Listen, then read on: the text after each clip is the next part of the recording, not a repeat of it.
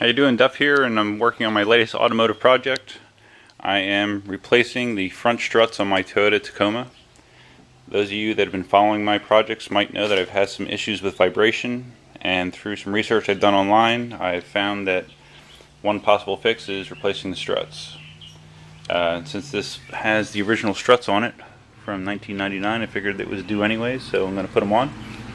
I opted to buy the strut assembly that has the coil spring already attached to the strut, opting to avoid the possible danger of compressing the springs to remove the strut. If you do it incorrectly, you could really hurt yourself. And also I figured that having new springs would be a good thing anyways, because this vehicle is old. So first thing is going to be take the wheel off and take a look at what's there. Okay, I have the vehicle jacked up and I have a jack stand underneath there as well. Right here is the old shock and the old strut assembly with the spring. As far as I can tell, I see 4 bolts have to come off down here and 3 up there. These are the factory bolts, never been touched, so I'm not sure how tough they're going to be to get off, but going to give it a shot. That bottom bolt was on really tight. My shitty air wrench couldn't get it. Had to use this long kind of breaker bar deal. So if you don't have one, don't expect to turn it off with just a regular socket. Okay, I have that bolt off. Now I'm going to tap it out with a center punch. At least that's the plan.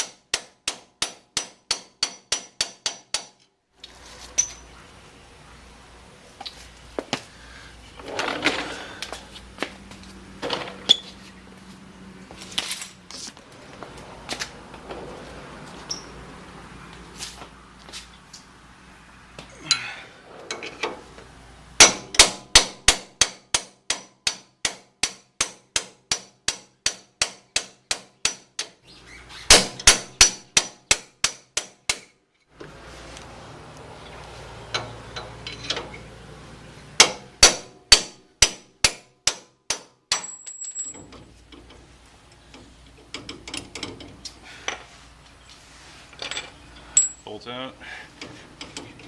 Center punch is stuck.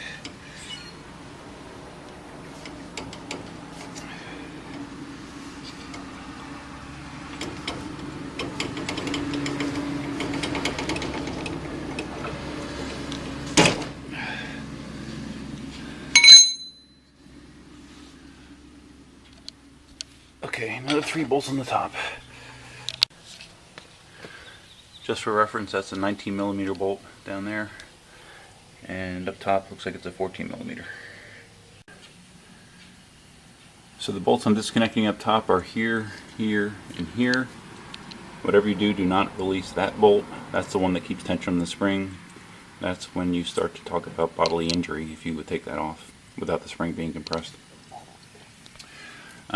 Looking down here, I'm wondering if I'm going to have to remove this bolt as well, so the control arm drops further, the lower control arm. I'm kind of thinking I might, but we'll see when I get there. Okay, the 3 top bolts are out. I'm thinking I should be able to just pull this and have this whole assembly drop out like that.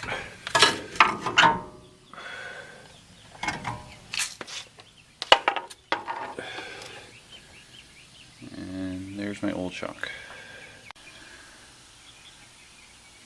Okay, here's my new and old shock assembly, my new Ray Bestis strut and coil assembly. As you can see, it's slightly longer, probably because it's new and hasn't been compressed. which means I'm going to probably have to definitely drop that control arm if I'm going to get it in there. But other than that, let's give it a try. Hey, look, there's that valve cover bolt that I lost when I replaced the valve cover gaskets. Bonus. Okay, there's a new strut in place. Like you could see when the strut was on the ground, it was a little bit longer than the factory strut, probably because it's new springs, you know, so they're not as compressed as the factory. But you can see down here, I have a long way to go until that hole's lined up.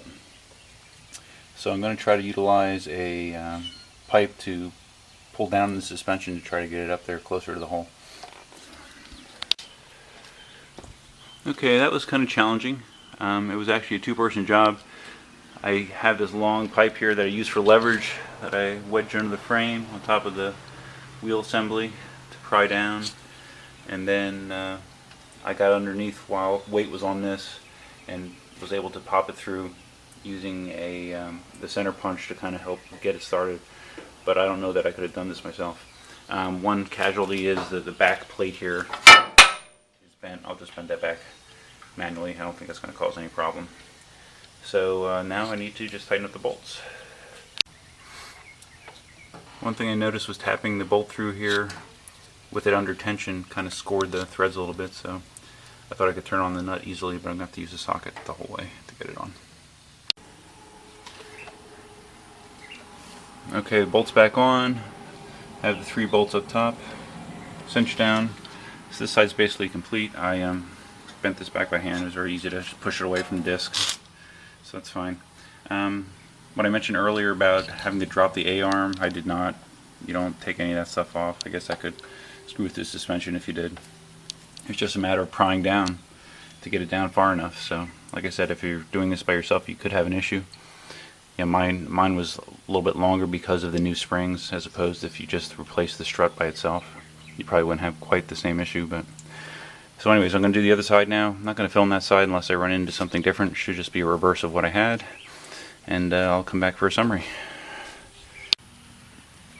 Here is the passenger side strut. Original factory Bilstein.